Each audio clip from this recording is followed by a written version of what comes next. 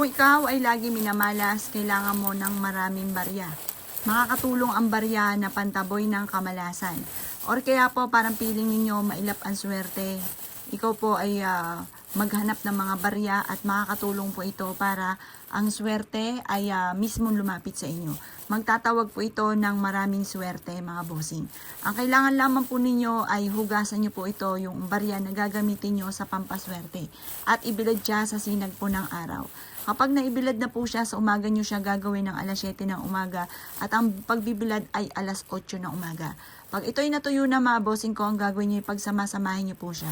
At pagkatapos ay ibulong nyo sa mga barya na gagamitin yung pampaswerte ang inyo po mga ninanais. Sabihin nyo po sa pamamagitan ng pampaswerteng ito ay kailanman hindi na ako mamumblema tungkol sa usapin ng pera. Maraming pera ang darating sa akin. Siksikliglig at umapot, maraming pera ang darating sa akin. I-wish nyo na ang lahat ng inyong mga kahilingan na walang gamit na sana direct to the point. Pagtapos ka na mag-wish, mga bossing ko, isabog nyo po ito ng makailang ulit. Basta kada mag-wish ka, isasabog. Kada mag-wish, isasabog. Halimbawa, magkakaroon ako ng maraming pera, isabog nyo na po ito. Pagkatapos po niyan, likumin nyo po muli, tapos mag-wish ka uli na magkakaroon ako ng malaking bahay, mananalo na ako ng jackpot. Tapos kada mag-wish, bawat isang wish, sabog. Ang ibig sabihin po ng laginsing o kalansing ng ating barya, yan po ay nagtatawag na swerte at nagtataboy ng malas.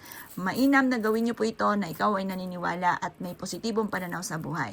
Kasi once ikaw ay positive din talaga ang mga nagaganap. Lalo na tungkol sa usapin ng pera or pantaboy ng mga kamalasan. Kapag inisip mo na malas ka, lalong titindi ang mga kamalasan.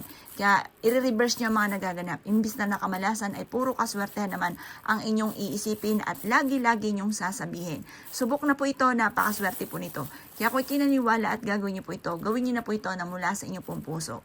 At kayo mismo ay magugulat dahil magsusunod-sunod ang mga blessing na darating po sa inyo. Kaya kung kinaniwala at gagawin niyo po ito, asya mga boss, good luck po sa inyo po lahat.